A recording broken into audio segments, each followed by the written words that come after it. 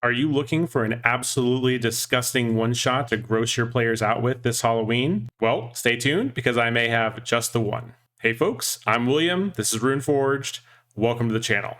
Today I'm going to be giving you my thoughts on Banquet of the Damned, a 5e horror adventure by Benoit de Bernardy. Be sure to stick around to the end of the video where I give my final thoughts on the adventure, as well as some additional resources to help you if you decide to run this game for yourself. So what is the Banquet of the Damned? Well, it's a one-shot adventure for 4th level characters, though it includes rules for how it can be scaled for parties of 2nd to 6th level, and has an estimated playtime of 4 to 6 hours. Here's the pitch. Our adventure begins in the small village of Womford, shortly before an annual banquet and renowned pie baking contest. When our heroes arrive in town, the local baron hires them to investigate a mysterious fire that nearly killed one of the villagers and his family. During the investigation, however, the heroes discover a far more sinister plot.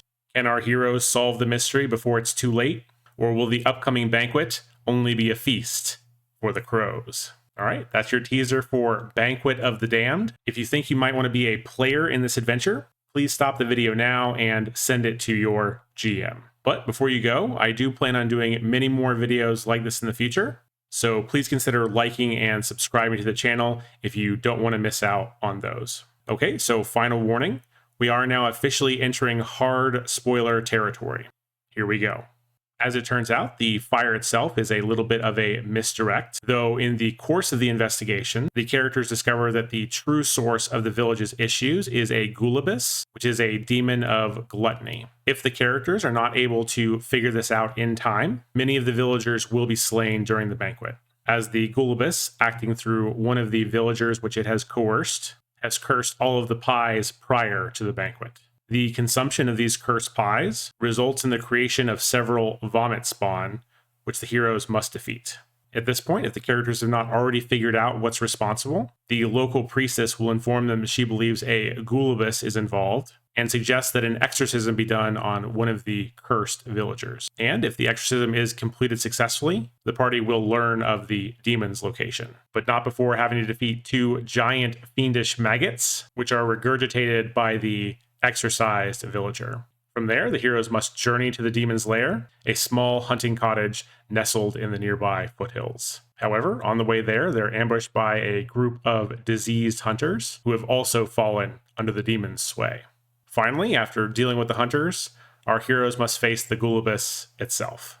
Let's talk a little bit about what comes with the adventure. The book itself is a full-color, high production quality, 23-page PDF. There's also a softcover version, but I didn't get that one, so I can't really comment on it. Personally, I really like both the art and the maps that are included with the adventure. There's also an 11-page DM companion PDF that contains rules for scaling the adventure from level 2 to level 6. There are also 3 full-color maps included with the adventure, with both player and GM-facing versions, which I really appreciate. One map shows the regional area around Womford. The second is a map of Womford itself. And the last one is a battle map for the fight against the hunters towards the end of the adventure. I think these are all pretty great looking maps and very serviceable. But if I had to nitpick, I wish that the player-facing hunter battle map was gridded and borderless so that it was easier to use in practice, especially on a VTT. Also, it would have been nice to have battle maps for the church, the banquet, and the cottage that the Gulibus is hiding in, as there are likely to be fights in all of those locations. I've included the various maps that I use for those locations during my game, and you can find links to those down in the description. So what did I like about Banquet of the Damned? Well, first of all, I very much enjoyed the overall tone and setting for the adventure. It seems really good to run during the fall, especially around Halloween. I also really love the idea of a demon of gluttony trying to infect the local villagers during their banquet, as I thought that was a very fun and thematic idea. I also thought the investigation was incredibly fun and interesting, with several different locations to go to and several different fairly well fleshed out NPCs to talk to. I also like that the investigation had a hard time limit, and that even if the characters failed to solve the mystery in time, the story would keep moving forward, albeit with some consequences. which is exactly how I think it should work. Also, I thought the combat encounters versus the hunters towards the end of the adventure was a really awesome fight. I love that the group was spread out over a fairly large area, that they were taking advantage of terrain, and that they had set up traps to prepare for the characters' arrival. Overall, it was just a really fun and tactically interesting fight, which I don't see very often in published adventures. So I think the module deserves a lot of credit for having such an awesome fight. I will say that I don't know if the fight really fits in thematically with the rest of the adventure, but I'm willing to give it a pass on that because it was such a fun encounter. But there were also some things in the adventure that I did not like as much. While the layout of the book was fairly solid overall, I did find that sometimes relevant information was split over a couple different sections. And during my prep, I found myself flipping back and forth a lot more often than I would have liked. In my opinion, the goal should be that all information relevant for a particular encounter or scene should all be contained on a single page, or at most a single 2-page spread, so that it's easy to reference. I also think it would be nice if the monster stat blocks that are relevant to an encounter were included on the same page as the rest of the encounter itself. Again, so that we can avoid having to flip pages while we are in the middle of a fight. I do understand that can be a little bit difficult with 5th edition stat blocks because they are so large, but I do think it is a worthwhile goal to be working towards when it comes to layout and design. Next, while I really did enjoy the investigation overall, I did feel like it could be tightened up just a bit. It would have been really nice to have a short 1-page summary of the different relevant locations, clues, and logical next steps, as it took me a little bit longer than I feel like it should have to page through the adventure and piece all those things together for myself. I feel like this is a really easy win and kind of a no-brainer inclusion, but again, it doesn't seem like this is like an industry standard practice, so it's hard to fault this particular module for not including it. I was also a little disappointed in the fact that it felt like during the investigation, the most obvious next step was almost always the correct one. And I would have preferred a few more twists or red herrings thrown in that really forced the players to pay attention in order to solve the mystery before time was up. Especially since the game doesn't just grind to a halt if characters are not able to figure out the mystery in time. There were also a couple steps during the investigation that were either unclear or I felt like did not have sufficient hooks to lead characters to the correct location. One example are the tracks behind the key suspect's house that lead to a cache of incriminating evidence. While the adventure does provide a DC for following the tracks, there isn't any guidance provided on how characters might be able to find them. Do they automatically spot them as soon as they enter the area? Should I be making them roll a perception check or be using their passive perception? And if so, what is the DC? Do I let them find it automatically if they explicitly state they are searching around the outside of the house? I don't know. It doesn't say. At the end of the day, this is a pretty important clue, but I didn't just want to give the characters that information without either having them pass some sort of check or explicitly stating that they were searching in the correct area. But again, there's really nothing in the adventure that's pointing them to explore the outside of the house. Another example are the missing children who have all the information that's needed to completely solve the mystery, not only of who started the fire, but also to let on that there are some more sinister things happening in town. But again, there just aren't any hooks given to just even let you know that the children exist, much less that they are somehow important to the story. The characters would need to specifically ask about their existence, find out that they're missing, and then track them down in order to get the information that they need. And without an explicit hook, it just doesn't seem reasonable to me that the characters would even go looking for them in the first place. If you decide to run this for yourself, I recommend having Jaxel, Mortimer, or both mention that their children are late in coming home. And that's at least enough to plant the seeds that they exist, and maybe that they are missing somehow, and that may prompt the characters to go looking for them, especially if they run out of any other more promising leads. The next issue I ran into was one of pacing. I found that while the investigation portion of the game was fairly laid back, the second half of the adventure was basically 4 back-to-back combat encounters. And don't get me wrong, I love combat. I run very combat-heavy games, but 4 fights back-to-back is too much, even for me.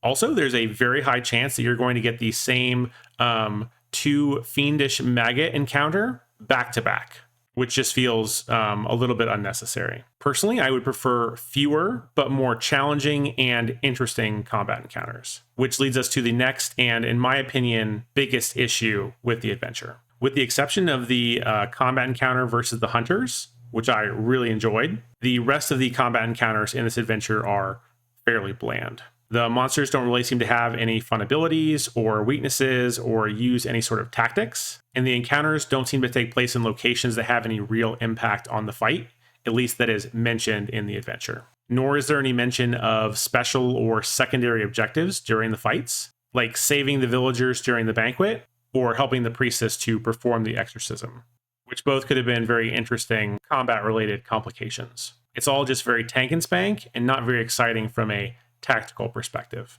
And unfortunately, the final fight versus the Ghoulibus is probably the worst offender. The Ghoulibus is basically just a big pile of HP and basic attacks, and it only has a movement speed of 20 feet and no ranged attack, meaning that savvy players are likely just going to kite it into oblivion. If I had actually run the Ghoulibus as it was written, they would have absolutely demolished the demon before it even got to attack, which is both extremely unfun for me as the GM and very anticlimactic for the players. And I actually think this is especially frustrating because there are so many opportunities here for cool and thematic gluttony demon related abilities. Let me know down in the comments if you'd like me to do a video that outlines the changes that I made to this encounter in order to spice things up significantly. So much so that the Ghoulibus actually posed a very significant threat to my party. But also, I do feel the need to caveat, I do find the combat encounters in most published adventures to be fairly bland, so this is not a problem that is specific to Banquet of the Damned.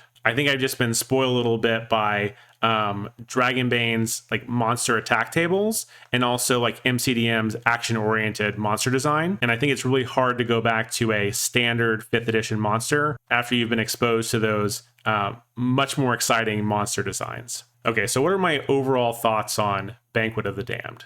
I feel like I say this every time, but it's true, so I'm going to keep saying it. Despite some of the relatively minor issues that I had when running this adventure, I actually had a really great time running it. I thought the investigation was a really nice change of pace from the more combat-oriented one-shots that we have been running up to this point.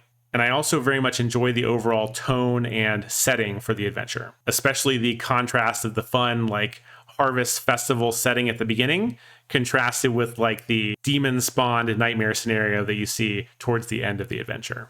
I also thought that the overall production quality of the adventure is quite good, and I especially liked both the artwork and the maps that were included. I also absolutely loved the fight against the hunters towards the end of the adventure, and it is probably the most fun and mechanically interesting encounter that I've seen in any of the published adventures that I've run so far. And if all the fights in this module were as good as that one, this would be amongst my all-time favorite adventures. There were also some minor pacing issues in the second half of the adventure, having just a few too many back-to-back fights for my own personal taste. And again, the fights that were there were relatively bland, again with the exception of the hunter fight.